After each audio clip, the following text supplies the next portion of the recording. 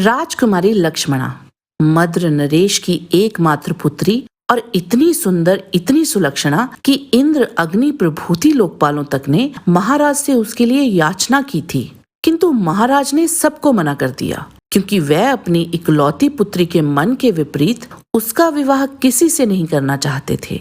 अपनी पुत्री के विवाह के लिए महाराज ने स्वयंवर का आयोजन किया था और द्रौपदी स्वयंवर से कहीं कठिन थी लक्ष्मणा स्वयंवर की प्रतियोगिता।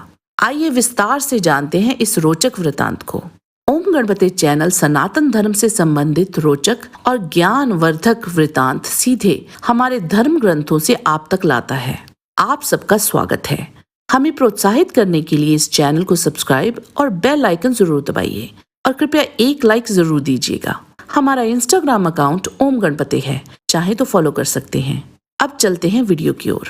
श्रीमद् भागवत पुराण के दशम स्कंद अध्याय 83 के अनुसार एक समय यादव और कौरव कुल की स्त्रियां एकत्रित होकर आपस में भगवान की त्रिभुवन विख्यात लीलाओं का वर्णन कर रही थी। वहां द्रौपदी ने कहा, हे रुक्मणी, भद्रे, हे जामवती, सत्य, हे सत्यभामे, कालिंदी, शैव्य, लक्ष्मणे, रोहिणी और अन्यान्य श्री कृष्ण पत्नियों, तुम लोग हमें ये तो बताओ कि स्वयं भगवान श्री कृष्ण ने अपनी माया से लोगों का अनुकरण करते हुए तुम लोगों का किस प्रकार पाणी ग्रहण किया। तब वहां सभी रानियां द्रौपदी को एक एक करके श्री कृष्ण के साथ हुए उनके विवाह कैसे संपन्न हुए इसका विवरण देने लगी। जब लक्ष्मणा की बारी आई तो वह बोली, रानी जी, देवऋषि नारद बार बार भगवान के अवतार और लीलाओं का गान करते रहते थे। उसे सुनकर और यह सोचकर कि लक्ष्मी जी ने समस्त लोकपालों का त्याग करके भगवान का ही वरण किया, मेरा चित्त भगवान के चरणों में आसक्त हो गया। साध्वी, मेरे पिता बृहदसेन मुझ पर बहुत प्रेम रखते थे। जब उन्हें मेरे अभिप्राय का मालूम हुआ तब उन्होंने मेरी इच्छा की पूर्ति के लिए ये उपाय किया। महारानी, जिस प्रकार पांडव वीर अर्जुन की प्राप्ति के लिए आपके पिता ने स्वयंवर में मत्स्य भेद का आयोजन किया था, उसी प्रकार मेरे पिता ने भी किया। आपके स्वयंवर की अपेक्षा हमारे यहाँ ये विशेषता थी कि मत्स्य बाहर से ढका हुआ था, केवल जल में ही उसकी परछाई दिख पड़ती थी। जब ये समाचार राजाओं को मिला तब सब ओर से समस्त अस्त्र शस्त्रों के तत्वज्ञ हजारों राजा अपने अपने गुरुओं के साथ मेरे पिताजी की राजधानी में आने लगे। मेरे पिताजी ने आए हुए सभी राजाओं का बल, पौरुष और अवस्था के अनुसार भली भांति स्वागत सत्कार किया। उन लोगों ने मुझे प्राप्त करने की इच्छा से स्वयंवर सभा में रखे हुए धनुष और बाण उठाए। उनमें से कितने ही राजा तो धनुष पर तांत भी न चढ़ा सके। उन्होंने धनुष को ज्यों का त्यों रख दिया। कईयों ने धनुष की डोरी को एक सिरे से बांधकर दूसरे सिरे तक खींच तो लिया, परंतु वे उसे दूसरे सिरे से बांध ना सके। उसका झटका लगने से गिर पड़े। रानी जी,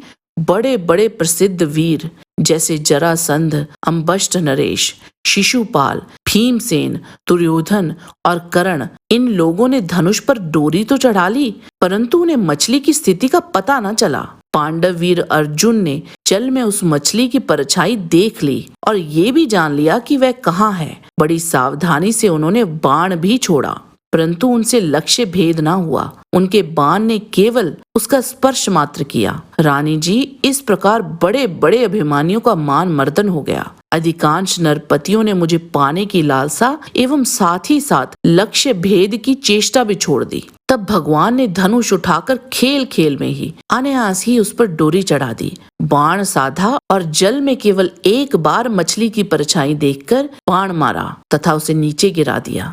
देवी जी, उस समय पृथ्वी में जय जयकार होने लगा और आकाश में दुंदुभियां बजने लगी। उसी समय मैंने रंगशाला में प्रवेश किया। मैंने चितवन से चारों ओर बैठे हुए राजाओं की ओर देखा, फिर धीरे से अपनी वरमाला भगवान के गले में डाल दी। द्रौपदी जी, जब मैंने इस प्रकार अपने स्वामी को वरमाला पहना दी, उन्हें वरण कर लिया, तब कामातुर राजाओं को बड़ा ढा हुआ। वे बहुत ही चिढ़ गए। चतुर्भुज भगवान ने अपने श्रेष्ठ 4 घोड़ों वाले रथ पर मुझे चढ़ा लिया और हाथ में शारंग धनुष लेकर तथा कवच पहनकर युद्ध करने के लिए रथ पर खड़े हो गए। पर रानी जी, दारुक ने रथ को सब राजाओं के सामने ही द्वारका के लिए हाँक दिया। उनमें से कुछ राजाओं ने धनुष लेकर युद्ध के लिए सज धज कर इस उद्देश्य से रास्ते में पीछा किया कि हम भगवान को रोक लें, परंतु उनमें से एक भी सफल ना हो पाया। शारंग धनुष से छूटे हुए तीरों से किसी की बाह कट गई तो किसी के पैर कटे और किसी की गर्दन ही उतर गई। बहुत से लोग तो उस रणभूमि में ही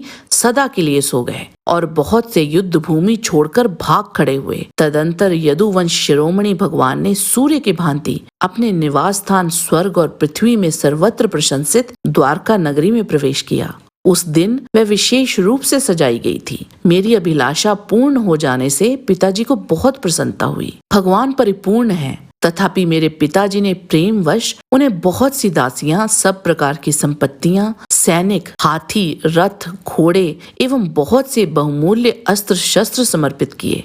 रानी जी, हमने पूर्व जन्म में सबकी आसक्ति छोड़कर कोई बहुत बड़ी तपस्या की होगी, तभी तो हमें इस जन्म में आत्मा राम भगवान की प्राप्ति हुई। हमारा आज का वीडियो आपको कैसा लगा?